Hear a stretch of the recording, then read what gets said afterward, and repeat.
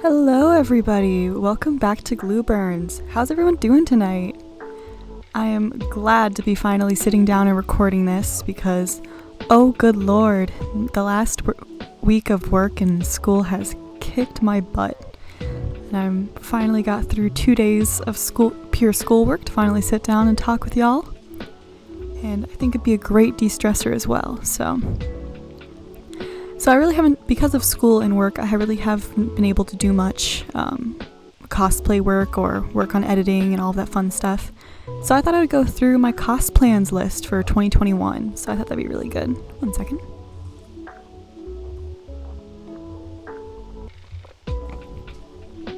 Yeah, so let's just hop right into the list. So, mind you that this list is not for all of the cosplays I plan on actually cosplaying in 2021. This is more of a list, an edited list that I made at the beginning of 2021. That are, the cosplays I hope to do in 2021. Whether I do them all in this year or not is irrelevant. But I'm excited to have this list. Now, if I have to first off put that my dream cosplay, which I don't even think it's going to be made in this year, but is always on my list until I make it, is my dream cosplay is Vulture from Spider-Man Homecoming. And if you don't know who I'm talking about, imagine like a giant, a man with giant mechanized bird wings that he attaches to his back. It's super cool. I love the fact that Spider-Man, when bringing out these new movies, instead of trying to do the same old villains, the same old story that have been done a couple times over now. Granted, we love the old story. We love Spider-Man because of, the story and who he is and everything. But I'm glad that they're spicing it up a bit and keeping it more interesting for those who have watched the old ones. To bring out old villains that we really haven't seen in the comics and introducing them to the movies. Not just that, but they're also modernizing them. Because if you look back into Vulture in the old comics, he looks like a vulture. He looks like a bird. He kind of has, his wings are feathered. He kind of has this big old kind of, I don't want to say goofy, but it's like a goofy green color. But then again, it's I almost have to look it up. What year was it? It's 19 somethings when those comics came out with him. To the computer. Vulture. Spider-Man. When did he appear in the comics? Yes, we understand that the guy behind him, his name is Adrian Toomes, all of that fun stuff. I'm glad that they've kind of updated all the ones with the modern Vulture, because before, when I started looking up reference pictures for the Vulture, it was just showing the old versions, but now every website I'm trying to find with the old version is just showing the ones from the movie, so it's kind of funny how I'm now having the opposite problem. But let's just scroll down the fandom wiki here. Hopefully, they've got like the whole fight and everything. Goodness. Yeah, but his so I'll talk about kind of how they modernized it while I try to look for when he actually came out in the comics. But oh wow, they really just did not put in this fandom wiki. Okay, cool. So this is only the newer version in the fandom wiki. That's alright, well. Oh, sorry, it says right here, first appearance in the main page of Google, 1963. I wanted to say 1960s, but I didn't want to say it and then be wrong. But yeah, 1960s. So for the comics in 1960s, it's like pretty average to have like pretty out there colors to like make them stand out on the page and everything. And but yeah, the way they modernized him was like awesome. I loved that. Instead of having feathered bird wings, it's all mechanical that he can kind of control with his remotes that he holds, and it almost seems really conceivable with today's world and today's society. It's because what you think of with a powered suit. It's very cool, and the wings are greatly oversized, almost to the same proportions an actual bird would be. So imagine a man that's maybe like 6 foot tall, and then you've got these wings spanning out maybe 20-foot wingspan or more. It's crazy. And the wings themselves will have fans in them, but also propel and have will flex out in certain ways to show that they are not just have, what's the word I'm looking for, to like buckle into that shape. They can flex and move, and they truly are a machine of their own, and it's very awe-inspiring. So not only that did that really catch my attention for this character, but also when it comes to villains, I have such a soft spot for villains. Villains that are well written are just one of the best, I can't even describe it, some of the best characters out there. I mean, there's a reason why I feel like a lot more people attach themselves to villains than do heroes. And I know there's actually a meme out there right now, and by the time this gets out, it'll be an old meme. But it was just simply a Tumblr post that said, if villain bad, then why does villain make sense? If villain bad, then why he's sexy? Like, wait, and then it goes on of like, but if villain bad, why does this? And it had me howling laughing when I first saw that, because it's kind of true. Well, not for the sexy part, but it's true for like, some villains, people can attach to them so much more than I feel like superheroes can, because they really have flaws, and they really show those flaws. And there are some villains that are pure evil, yeah, but some of them, it's because they have a flawed sense of how they see the world. And what they're doing is, in some way, their sense of justice. And in some way, they think they're the hero. And there's just a lot of, and they kind of struggle with their own, like, well-written villains in all senses of whether they're pure evil or middle evil or in some twisted way think they're in the justice. Like, they're all struggling with something. And, and we all kind of see ourselves within that struggle, because we're not perfect human beings. And I feel like it's so much easier to attach ourselves to a character that's struggling, and we see ourselves and can empathize with that struggle and where they are, rather than a character that's portrayed as everything perfect. And I can't be the only one who thinks this. So, and I mean, just take Loki from Marvel, for example. Is he not like the most liked character in all of Marvel? I mean, from what I see, from what I talk to people, he's like one of the most liked characters and like one of the most like favorited.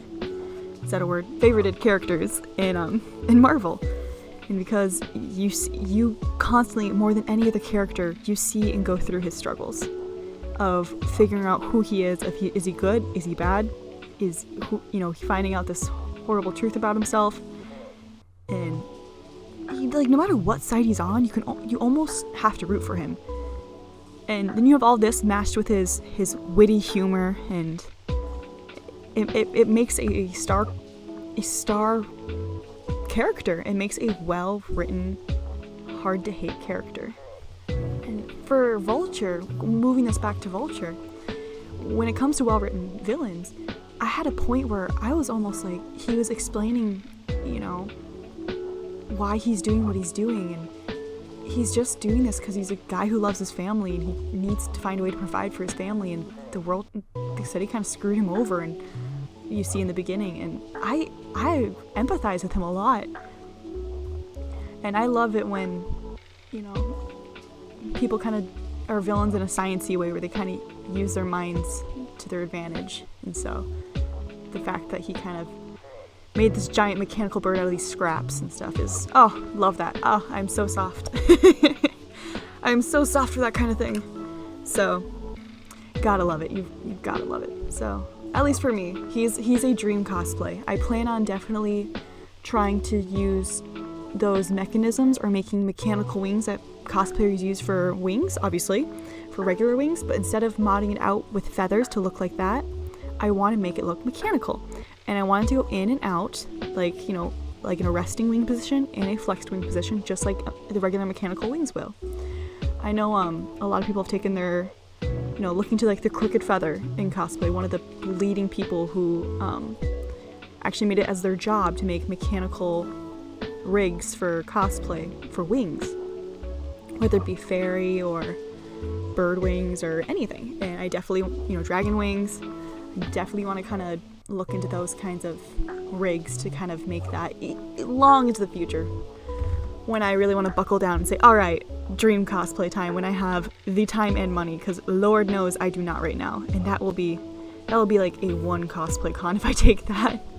That's gonna be one car ride by itself with how big I'm gonna try to make these wings. So, oh Lord. All right. Next down my list is, so I don't know if anybody out here has watched this show, but this is a childhood anime of mine, Spider Riders. I don't know how I watched this as a kid. It was like on a Sunday channel that only had these like really, I don't want to say obscure cartoons, but like most people I talk to, they have no clue what the show is, and it was which is weird because this was like a huge childhood show for me. This and Magi Nation, which my sister and I loved. So Spider Riders is great. It's such a cool aesthetic for a show when I look back on it. But then again, I'm looking back with nostalgia, which means I'm probably hyping it up way more than it maybe actually is. But, you know, who cares? I loved it. It was great. It's very much a, like, imagine they kind of have like a whole Sailor Moon transformation sequence, kind of like one of those shows where like every episode you see them transform and fight the bad guys and stuff.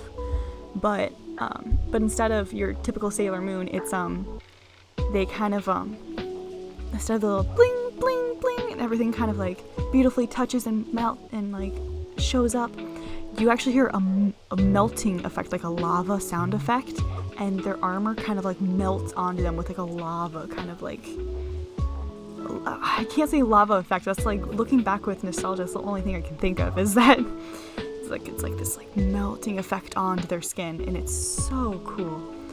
And I think it would be awesome to kind of bring that bit of childhood to a convention and see who would actually recognize this character if I bring the main character, Hunter Steel, which is the human that falls into the inner world, and it becomes one of the Spider Riders, which are these big, almost mechanical spiders that kind of ride. Well, they're not mechanical. I've got Vulture on the brain still. They're armored spiders that look kind of weird because they are technically in a different world, even though they're in like the inner world. So very cool, very cool. I've been looking into that show recently, and it brings up so many memories because I almost forgot about that show for like 10 years until it hit me one day, and I'm like, oh my god, this show existed. And highly recommend out there if you guys want like an older anime that's just kind of like not well known. It's something. It's very much a kind of like I said, a cliche kind of like, all right team, like let's transform, but it's way more than that because it's not like they were a team. They obviously fought as a team and struggled. There was a lot of actual really good plot. There was kind of like a Loki-esque character, I want to say, where they were actually under mind control for the bad guys for a while, and then once they broke it, they like broke the curse of the mask, they finally were able to come back to the good side and fight for a while, but then they actually like would struggle between the good and the bad and becoming back under like the trance and everything. Super cool, and I remember the plot actually being amazing. So Spider Riders, I'm trying to give you a little bit of clout. Thank you for raising me a little bit. Oh, their theme song was also really good. I can't dock that. Their theme song was so catchy. If you ever just need like an interesting, like, how would I describe it? When did Spider Riders come out? I don't want to say 90s rap if it's not a 90s song. Spider Riders. Oh my gosh, 2006. Okay, so it was around that. So like a 2000s rap. Oh my gosh, I can watch it on Prime, but I need to like actually buy it, but I'm not even gonna lie, I'm tempted. I'm so tempted. Looking back on these clips that are kind of showing up, it's the people design is almost Pokemon-esque, but the world is definitely more sullen and dark. It's kind of I don't even know how to describe it. I just need to rewatch it. I think this calls for just a complete rewatch of a childhood anime. So that is it for Hunter Steel from Spider Riders on my list. Next up, because I've been thoroughly enthralled, and like I said in my past video, I've dove headfirst into the worlds of Vocaloid. I really want to do my own take on Hatsune Miku, and there's several of her outfits. The outfit queen herself, Vocaloids, all their outfits are prime for doing cosplays for. But I do want to do my own twist on Hatsune Miku in a way, and and I do want to start doing different versions of Hatsune Miku, because now that I'm kind of into Vocaloid, and goodness, some of their outfits are like too good to pass up. I gotta love it. And learning more about Vocaloid and the songs, it's super cool. I gotta give some props. Very cool. I keep learning more about new songs and this and that each day, and they're so catchy.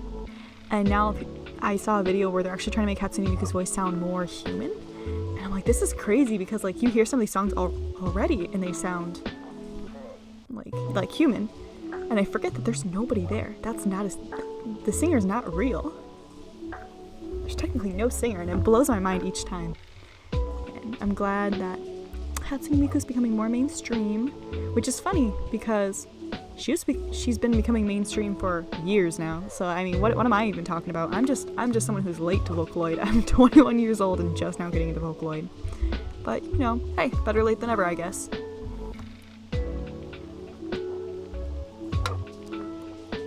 Oh, shout out to my old coworker that got me addicted to these strawberry Arnold Palmers in the gas station. Thanks, dude. I am addicted now. So, if any of you hate like ASMR drinking stuff, I apologize. Like I said, I've been crunching schoolwork because this week has been nothing but really important projects all due on the same day. But I also work 10.5 hours a day at work from Monday through Thursday, and so but it was all due like on Friday, and it's been such a hectic week. And then I finally got some extensions for this weekend, and I just sat down Friday and today, and I just busted my ass. So I'm gonna have 1 day worth of weekend, but you know, I guess it's better than nothing, I guess. Alright, next on the list is actually the one I'm working on currently. Currently, I'm doing my own twist on Rohan Kishibe from JoJo's Bizarre Adventure, and my twist is that I'm doing his regular kind of white outfit, the one with like the crop top underneath, which is going to be interesting because I love the design. I feel like I'll be great in it, but I know once I put it on, I'll be kind of self-conscious, but I just need to get over it because I look stunning. But with the coat, his long coat that goes on over top of it, what I'm doing to it is I'm actually extending it and making it super long. I'm making it all the way like dragging across the floor, kind of like a gown. It's gonna be that long. And I have actually handpicked different panels from the JoJo's Bizarre Adventure manga, from at least one from each current part. Yes, all the way up to 8, the one being written. And I have projected them onto the back of the coat and made a collage of these panels of line art, and I've been embroidering them on. I am almost done, which is crazy. And so Rohan's I call it my God Rohan, because he's gonna have this big like Iraqi inspired JoJo mural on the back of his coat, kind of dragging, and I'm gonna just deck out his entire coat and kind of go extra with his outfit. Hopefully I'll be able to compete with it, but it was just kind of like, Araki's art is so unique, and the more I got into this fandom, the more now I was, oh Jesus, I tripped on my own words. Not only was I there for the memes and the jokes and everything, and for the actual show itself, but the more I learned about the influence that this show in manga and the creator itself has actually put on the anime and manga community. And I think it's awesome. I've actually been very awe-inspired by it. I think it's really cool. And I kind of wanted, it was a little bit more of like a pay homage to Araki's work. And so I'm really excited to see how that will turn out. And I'm hoping pictures will be able to capture it, because Lord, I cannot wait to just show off my work, because my poor fingers having to embroider all of this on.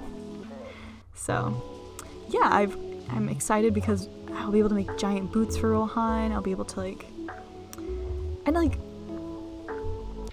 I'm trying to think of different ways I can really deck out his outfit and make it really extra.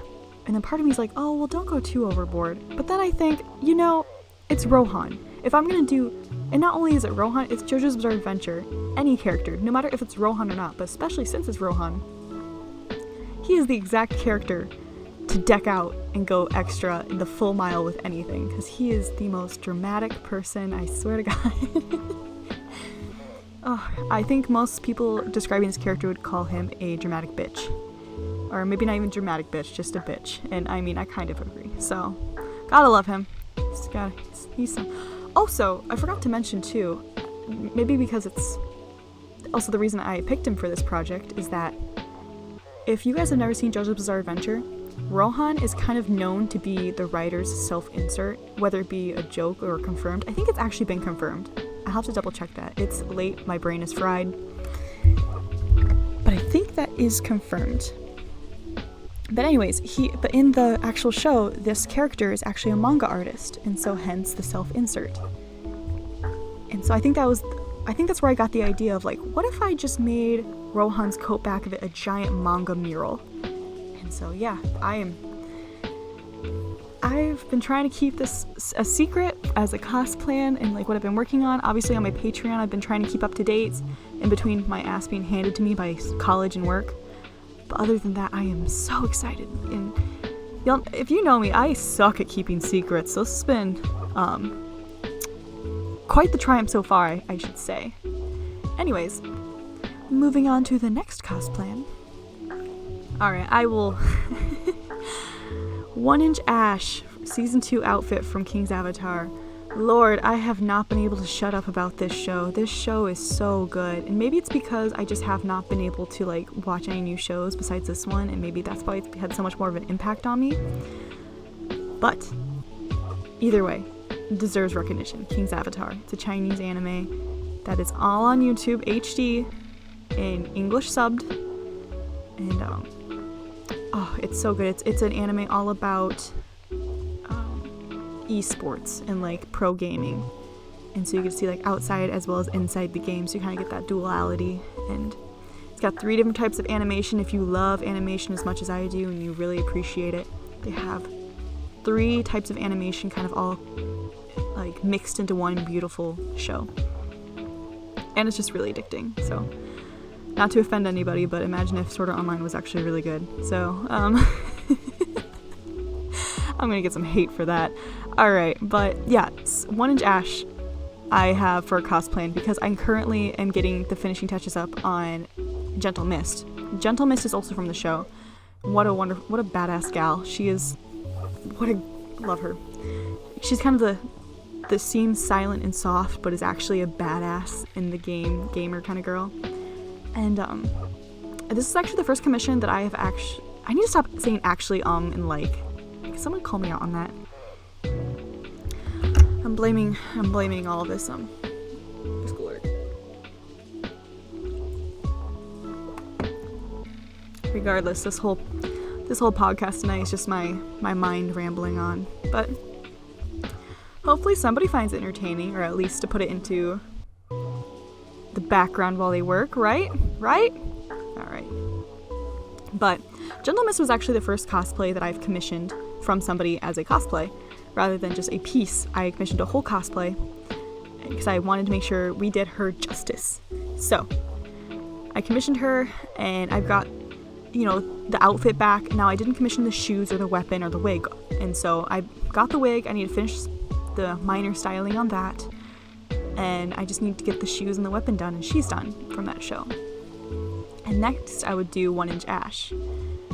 His Season 2 outfit specifically, because he's got this one giant like loopy sleeve, like the really draped sleeve, and I'm so weak for the big droopy sleeve. It's so dramatic.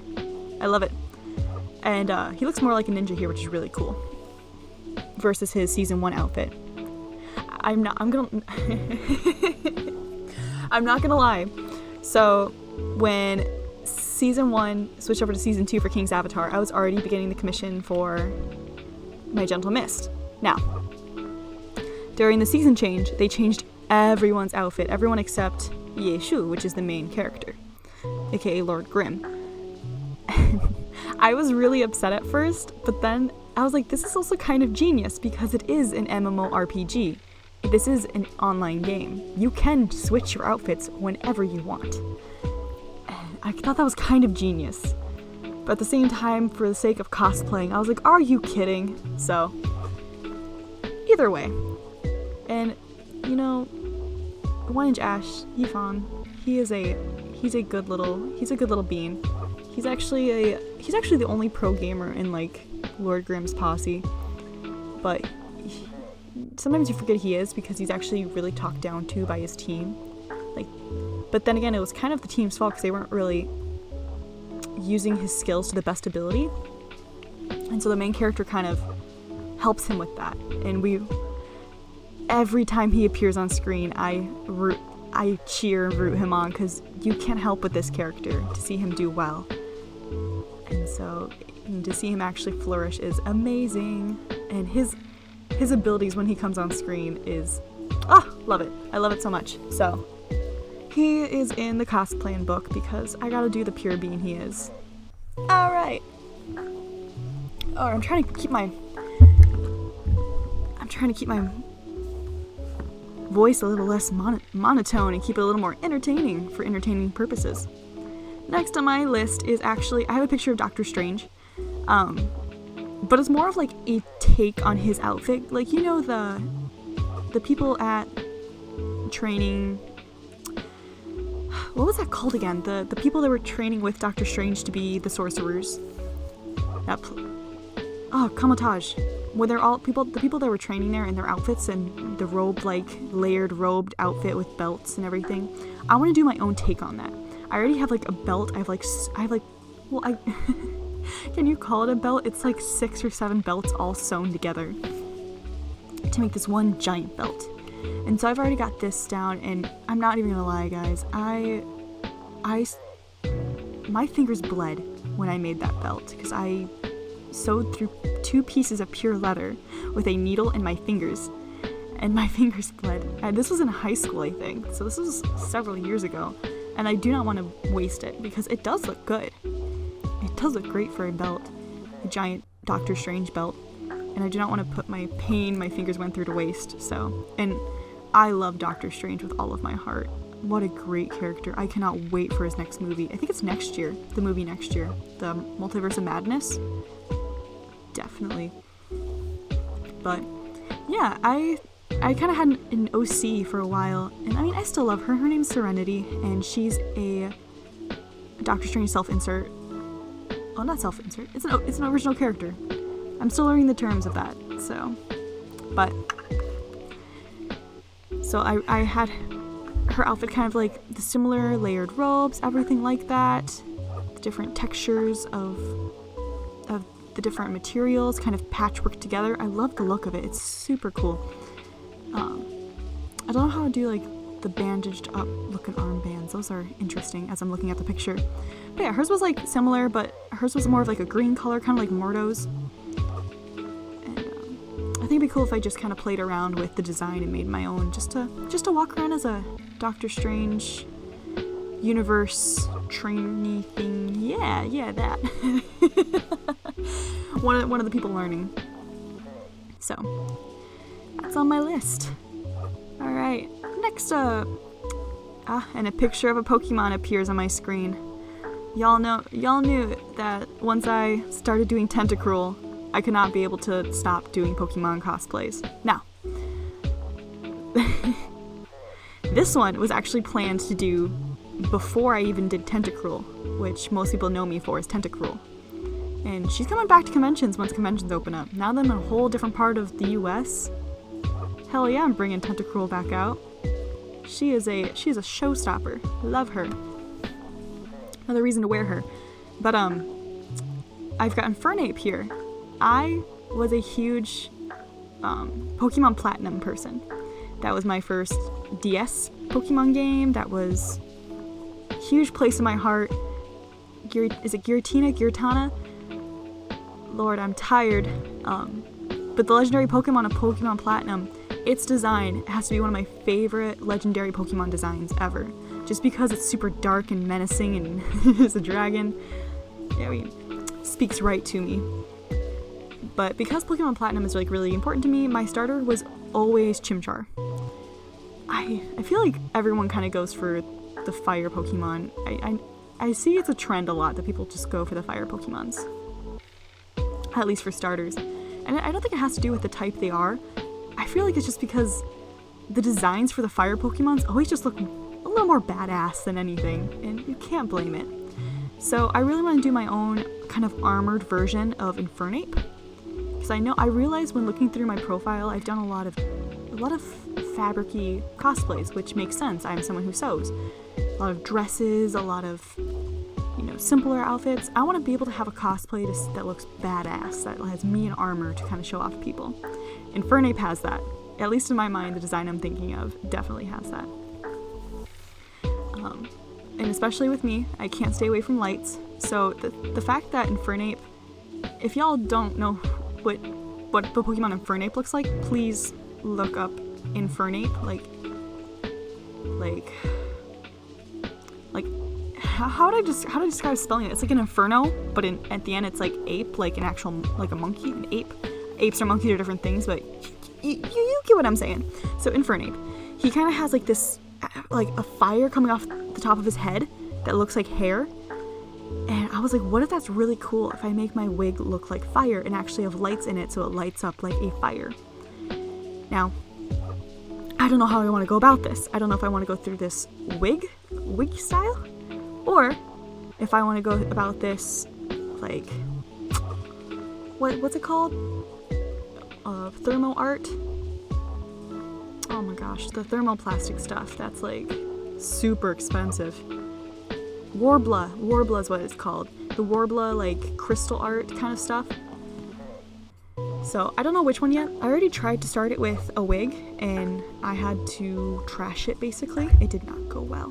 But I do like the idea of, I still want to make the wig light up. That's going to be a huge thing for me. I do want to look like it's actual light up fire coming off the top of my head. So that's going to be really cool. Other than that, if you look at the design, there's a lot of areas for it to actually have, looks like shoulder armor. I've already started making some are they called gauntlets? The arm bracers. Goodness. I know I keep saying it, but can you guys tell I'm tired? So arm bracers, and I've already made those. But the only problem is, because I've taken such a long break from the project and I've already put money and fabric and time into like some of these parts of this cosplay, I'm afraid that once I go back into continue making it, I'm gonna look at it and go, now up to my standards. Now they look at it again, I don't like it, and I have to trash it, which sucks. But as life of a perfectionist, I've already made basically a chest plate piece, and I put a lot of time and effort and stuff into that, but I don't like it. I really don't. I'm gonna have to trash that and redo that. But I guess that one's not the worst thing in the world. It just hurts a little, but those bracers honestly are pretty great. I'm just hoping I'll be able to keep those into the mix. And there's gonna be some big boots and everything. Anyways, flipping to the next picture, no surprise, I just talked about Giratina,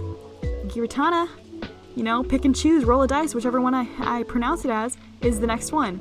Now, with this Pokemon cosplay design, I actually don't plan on doing something too drastic. The way that this Pokemon is actually designed is like a dragon. It's very much a dragon, but he has a long, as a usually typical dragon design does, a big long neck that goes to a bigger body.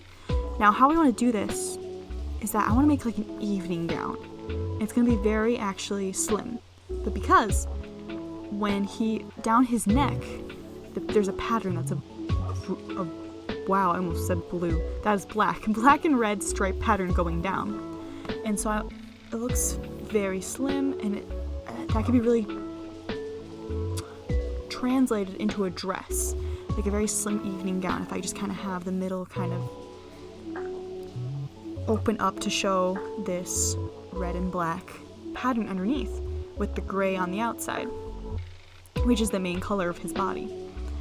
This dragon also has what looks like some big, almost like talon-like rings around his neck, like these big kind of plates go around it that almost look like a rib cage, you know what I'm saying? Like, kind of looks like they grasp towards the middle, but they don't quite connect.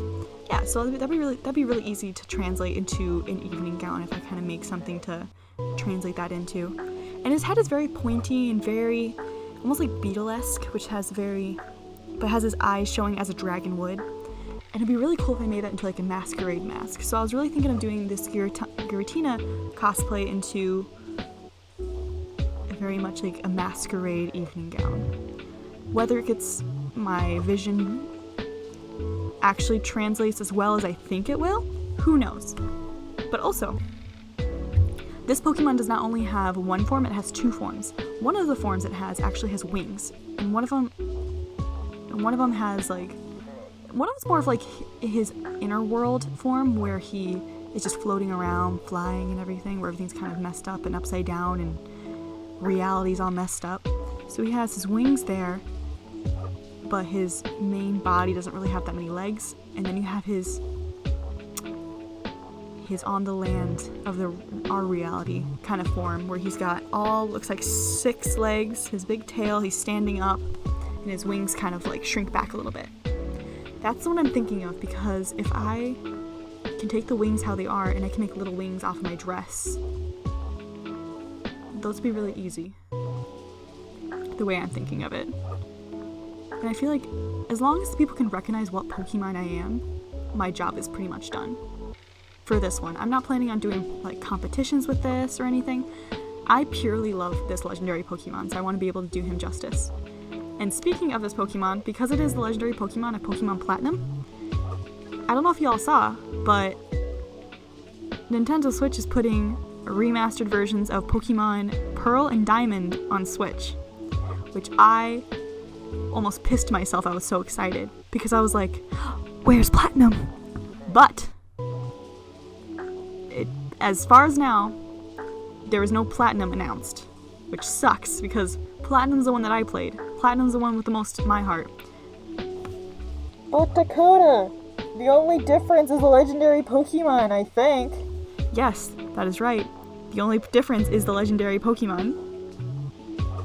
But still, I would get that game just for that legendary Pokemon.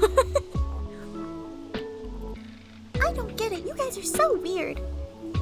Buying games just because of making 3 different games because only one thing is different for the 3 of them. Yes, because we are fans like that.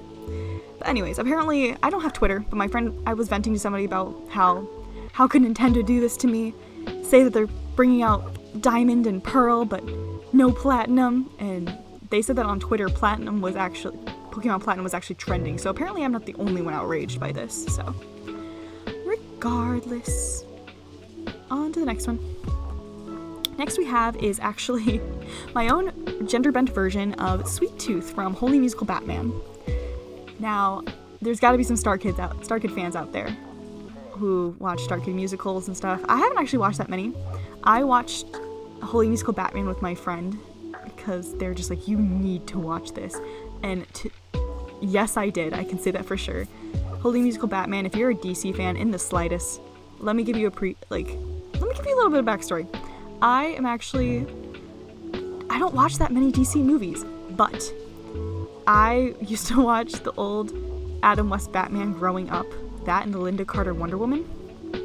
And that's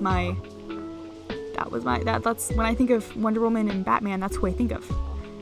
And some people think that's weird and messed up because, I mean, look at the newer Batmans and how cool and dark they are. And I'm like, yeah, I mean, to each their own.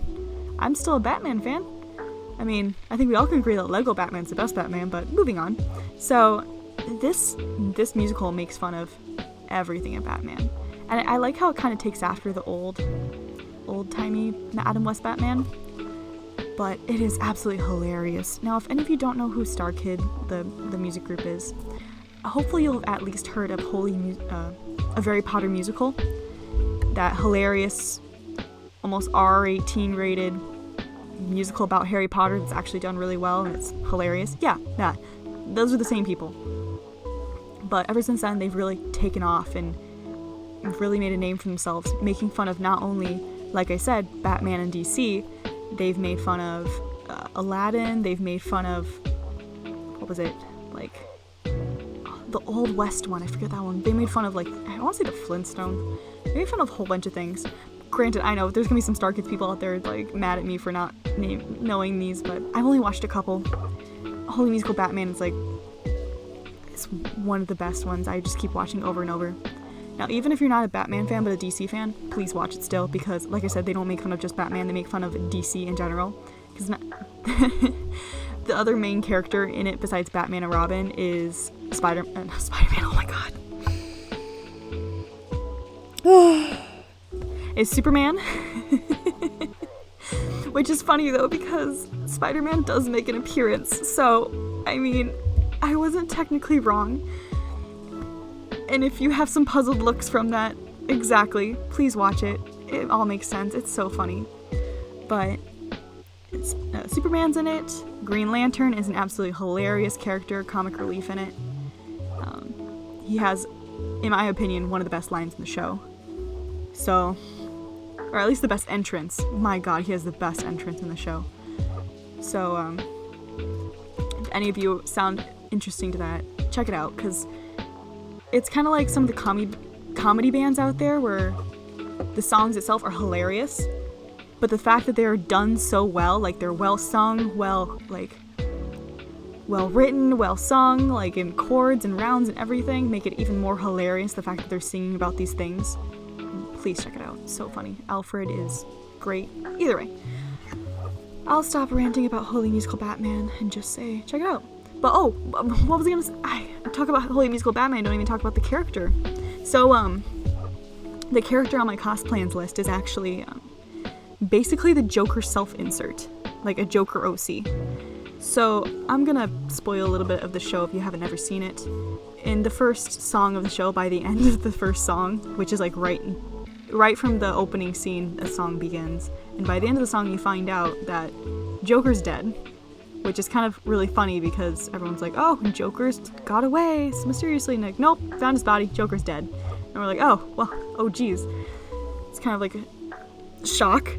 But in his place, this new guy called Sweet Tooth comes into town, which is a guy whose thing is all, he looks basically just like the Joker, but he has a pink suit on and with baby blue vest, and instead of like a regular cane, it's a candy cane. That's a giant candy cane. Peppermint tie. And he just makes candy puns non-stop.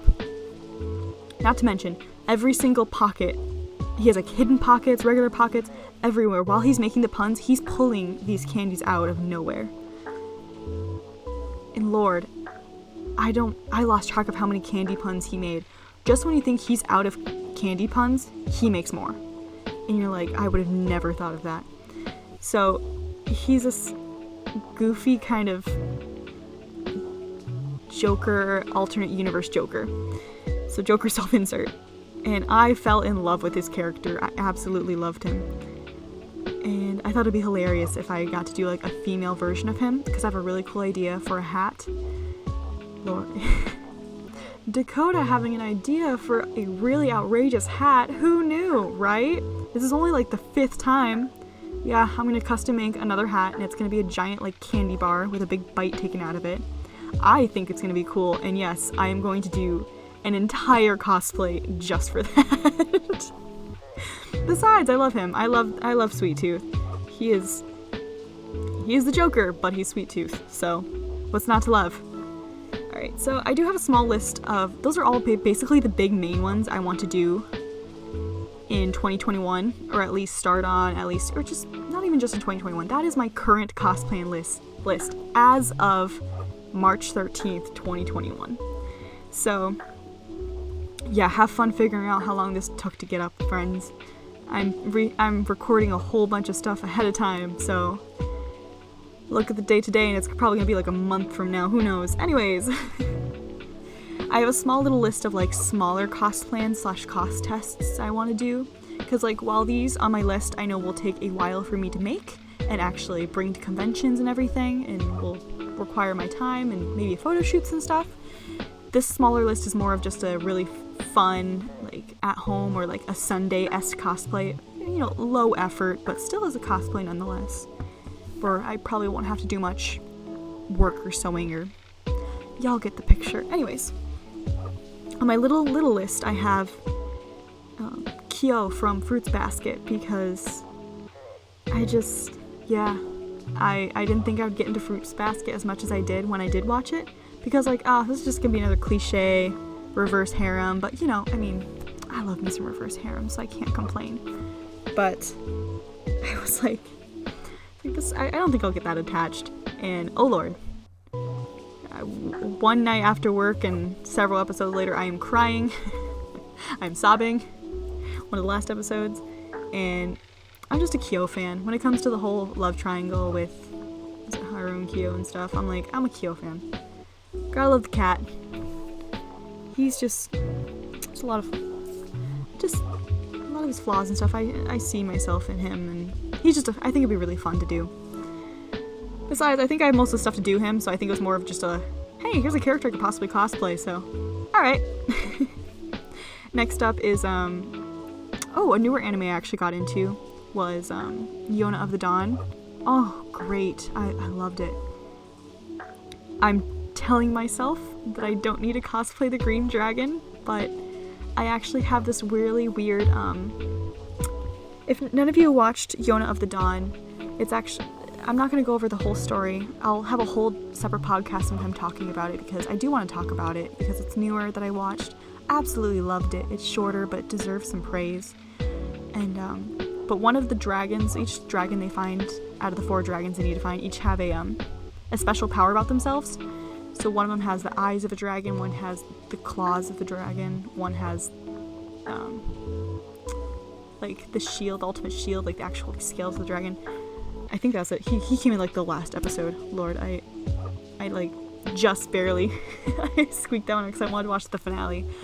But regardless, the green dragon has the leg of a dragon, so he can jump really high, and he can kick. The thing I love about him is he can kick really, really well. Like he kind of does the kick I use, where it's like the side kickboxing kick, and he kicks people when he attacks. And I noticed that he never really says that. It's not really something that is his main attack. I noticed it on one of their main fights. He was doing that, and it made sense, because that's where most of his power comes from, when he's jumping and all of that using his feet. And I really loved that, because you guys don't know me personally, or haven't seen me if you're listening to this, but I'm not a girl who's really very strong. And so when I had thought about having to defend myself in the future, or this and that, just when it crossed my mind, or having to in situations where I have to defend myself, I resort to kicking, because I don't have much upper body strength. I am very weak as far as my upper body strength, but I can kick really high and really well. So it's something that it's always been like my go-to is to kick, and I've gotten really good at it, as far as like I can kick up to head level for some people, which is at my head level. I should reiterate, at my head level, which some people's their head level or higher, or just about. And so I take that back. I can actually kick higher than my head. So it's been a while, but it's always been like I wear my combat boots and I can kick above head level, and it's quite intimidating, If I need to take, I'm not strong, so if I need to take somebody out, it needs to be in one shot. So that's kind of what I've always resorted to. And the fact that this character kind of resorts to that too, I don't know, I just kind of saw like a cool connection there, and a little bit of kindred spirit, and I'm like, alright. Dude, and I don't know, I just have felt a weird connection to that character of the green dragon. Not to mention, he's just a great character. Total flirt, kind of has his insecurities, but kind of covers it up with flirting and fake confidence. I love him. He's great. His character design is really cool too. But I have enough characters on my Cosplans list for now, so I need to tell myself that I don't need to cosplay him. But actually, he's not the character I want to talk about. In that show, the Oracle, I absolutely saw myself in the Oracle. Clumsy, tries his best. Feels like they have the need to help everybody, even if it means screwing themselves over, the Oracle themselves. I I saw myself in this character. And the fact that the Oracle's design is really simple, it's just a shaggy blonde wig and like a white robe. And like, I definitely see myself doing a cost test of this character because, oh, I love that character. I love the character of the Oracle. So next is, I'm a huge Five Nights at Freddy's fan, if y'all didn't know. The story is absolutely fantastic. The lore is never ending, which keeps it so interesting, and every single anything that Scott Cawthon puts out is absolutely exciting because of how well he writes everything. And so it's not even just about the games or that he makes, it's the stories he tells, because Scott Cawthon himself is not just a game designer, he's a storyteller. That's why he's having now more books out than actual games, and I love them. But anyways, I want to do just a makeup test or cost test of the Nightmare Bonnie kind of animatronic. I do have an old purple wig that it's been cut up and tossed and used in different cosplays, and now it's at its most egregious state because I have now basically torn it up because I want to make it into a makeshift purple bunny to do a Nightmare animatronic cosplay, so make that as you will. But I got some demon teeth I want to try out that'll make a really cool excuse to use those, as well as just horror makeup. I can really do some like cool I bought some red contacts I haven't used yet. I could do some liquid latex stuff. I just think it would turn out really cool, and I'm a huge FNAF fan, so any reason to do it would be a good reason. And finally, our last one, which definitely it's going to be a backup cosplay for conventions, and it's going to be most likely a Sunday cosplay when I am just too tired to get into cosplay for the day before I have to drive home, or vice versa, or whatever. Is a Speedwagon Foundation member. So if y'all, like, all the JoJo Bizarre Adventure fans out there know exactly what I'm talking about. But basically, in the world of JoJo Bizarre Adventure, mind you, JoJo Bizarre Adventure each season is a new, like, adventure not season, I should say. Each part, because, like, the show is made in parts. Now, each part is, like, its own, like, mini series, a little anime series, but they all are within the same universe. And they're all, like, most of them follow the same family through generations, trying to fight kind of, like, the same, trying to find out what the story is with certain stuff, but while also following them in their own, like, anime series. It's very cool. But anyways, there's this foundation that no matter what they're in a pickle, need money, need vehicles, something, anything, like need scouting missions, they have the Speedwagon Foundation. And it's been kind of known to be the, what's the word for whenever you need something, it just kind of pops up. It's like, it's a, like, instead of actually writing in something, they just kind of have it appear. There's a word for that. Someone's yelling at me right now through the screen that they know what it is. It's a Deus, like, something as machina. I need to look this up. But that's basically what they are. They're just, whenever they need something, they're there.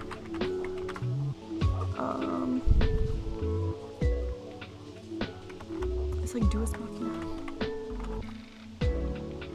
Yeah, Deus Ex Machina. I think that's what it is. Meaning. Yeah. An unexpected power or event saving a seamlessly hopeless situation, especially in a contrived plot device or in a play or a novel. Yes, Deus Ex Machina. That's basically what this foundation is. And it's, as in everything in JoJo, it became a meme. Like, whenever you need something, Speedwagon Foundation's there. And I think it'd be hilarious if, for a Sunday cosplay, I'm one of the members. Because even though the characters themselves in the foundation are very forgettable, their uniforms always have, like, a hat with a little wagon that says Speedwagon on it, and they have just kind of like white shirts with a big logo on the back that says Speedwagon Foundation. And I'd be like, I can bet top dollar that JoJo fans see me through conventions would get a really good hoot out of that. And it'd be really simple. Well, it's a hat, a shirt, and maybe some pants, some comfortable pants and shoes. And I've got my cosplay. I don't need to wear a wig because I'm just a Speedwagon Foundation member. So I love the idea of that. And I definitely want to make that. It's not just like maybe if I get around to it, that's going to be a thing. was. It would be just a great chuckle. So, but yeah. Hopefully this was somewhat entertaining, although my voice kind of dipped down and in and out and my brain fizzled out quite a lot. But regardless, hopefully you guys enjoyed hearing about my cosplans and are looking forward to some of them. I'm hoping that next time I record, it's not so on the last 2 energy cells in my body. God, what a great sentence to stall off on just to prove my point. But hey, I somehow talked for 55 minutes and I still probably talked so fast and no one's going to be able to understand me. But regardless, I hope you guys had a great time. I hope you guys are having a wonderful day, and thank you for popping in tonight and listening to the whole thing, and I will see you in the next one. Have a great day, y'all. Bye.